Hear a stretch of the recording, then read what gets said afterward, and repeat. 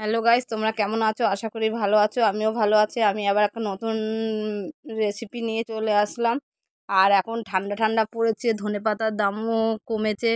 আর আমরা অপেক্ষা করি কখন ধনেপাতার দাম একটু কমবে আর ধনেপাতার চাট আচার বানাবো। তো আমি আজকে ধনেপাতার আচার বানানোর জন্য দেখো ধনেপাতাটা ভালো করে বেছে নিতে হচ্ছে। ধনেপাতা সুন্দর মানে হলুদ পাতাগুলোকে ফেলে সুন্দর করে সবুজ পাতাগুলোকে বেছে নিচ্ছি। চলো তোমরা দেখতে থাকো ভিডিওটা, খুব ভালো লাগবে। আর ভিডিওটা ভালো লাগলে তোমরা লাইক শেয়ার কমেন্ট করে জানিও। আর ধনেপাতাগুলোকে সুন্দর করে বেছে দেখো একটা একটা করে সুন্দর করে বেছে নিচ্ছি, বেছে ভালো করে ধুয়ে নেব। তো ধনেপাতাগুলো আমি বাছতে থাকি।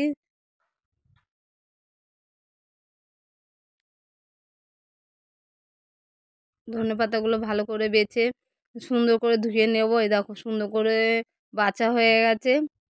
এই দেখো একটাও হলুদ পাতা নেই, সব সবুজ পাতা। সুন্দর করে এমনি করে বেছে নিয়ে এবার ভালো করে আমি ধুয়ে নেব। চলো এবারে ধুয়ে নিই। ধুয়ে নিয়ে ভালো করে জলটাকে ঝরিয়ে নিতে হবে, যেন এই ধনেপাতার গায়ের মধ্যে একটুও জল না থাকে। তো ধনেপাতাগুলোকে ভালো করে ধুয়ে নিচ্ছি।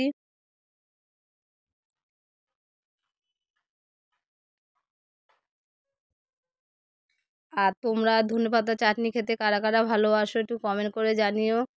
আর ধনেপাতা চাটনিটা খুব সুন্দর হবে, তোমরা দেখো ভিডিওটা।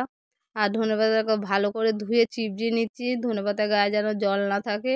এই দেখো ধনেপাতাটাকে ভালো করে আবার সাইডে রেখে জলটাকে ঝরিয়ে নেব। চাইলে তোমরা একটু পাখার তলাও দিতে পারো যেন ধনেপাতা গায়ে জল না থাকে। তো আমি পাখাটা একটু চালিয়ে দিয়েছি, ধনেপাতাগুলো শুকিয়ে যাবে। রোদে একদমই দেবে না, ধনেপাতাটাকে যত পারবে ঠান্ডার মধ্যে শুকিয়ে নেবে, মানে পাখা চালিয়ে শুকিয়ে তারপরে আমি ততক্ষণ শোকাক আমি একটু রসুন বেছে নিচ্ছি। দেখো 2-3-4 কোয়া রসুন লাগবে। এতে রসুনগুলোকে আমি ছাড়িয়ে নেব ভালো করে।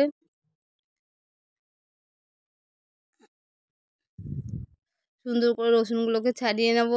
ততক্ষণ ছাড়ানো হয়ে গেছে। আর আমি এদিকে দেখো 100 গ্রামের মতন তেঁতুল নিয়ে নিয়েছি। তেঁতুলটাকে ভালো করে কাই বের করে নেব তেঁতুলদের থেকে।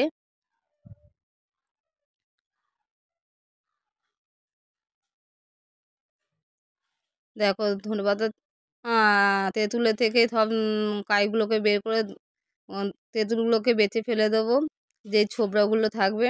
আর আমার এই কাইটাই দরকার তেঁতুলের। তো এই তেঁতুলের কাইয়ের মধ্যে আমি অল্প করে নুন মেশাচ্ছি। মতো তোমরা নুন দিয়ে নেবে, যার যতটুকু লাগবে। আর অল্প করে হলুদ, 1 চামচ হলুদ, একটু কাশ্মীরে কাঁচা লঙ্কার গুঁড়ো, আর একটু ধনে গুঁড়ো দিয়ে দিলাম।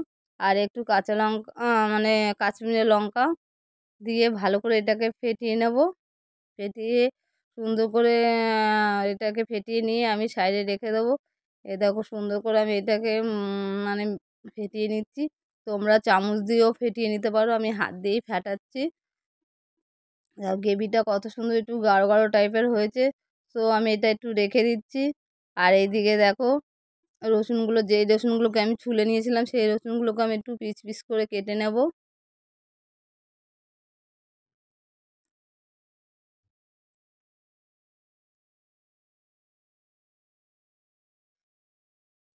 রসুনগুলোকে পিস পিস করে কাটা আমার হয়ে গেছে। তো আমি এবার এদিকে গ্যাসের দিকে আসবো, গ্যাসটাকে জ্বালিয়ে নেব। আর গ্যাসটাকে জ্বালিয়ে দেখো শুকনো পুরো কড়াই শুকিয়ে নিতে হবে। মানে আগুন জ্বালিয়ে কড়াইটাকে ভালো করে শুকিয়ে তারপরে ধনেপাতাগুলোকে একটুখানি শুকনো কড়াইতেই ভেজে নেবে, যেন ধনেপাতার গায়ে একটু জল না থাকে। আমি ধনেপাতাটাকে ভালো করে একটু ভেজে মানে জলটাকে শুকিয়ে নিচ্ছি ভেজে।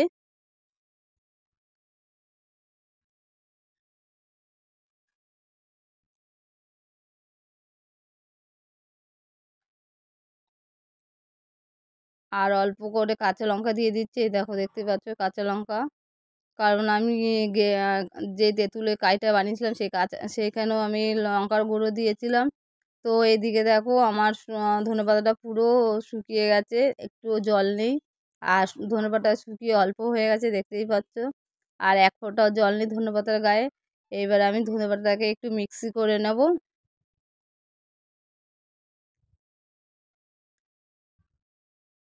দেখো দেখতেই পাচ্ছ ধনেপাতা আমি মিক্সির মধ্যে নিয়েছি। আর তোমাদের যদি মিক্সি না থাকে তোমরা পাটনা মশলা করে নিতে পারো বাটনায়।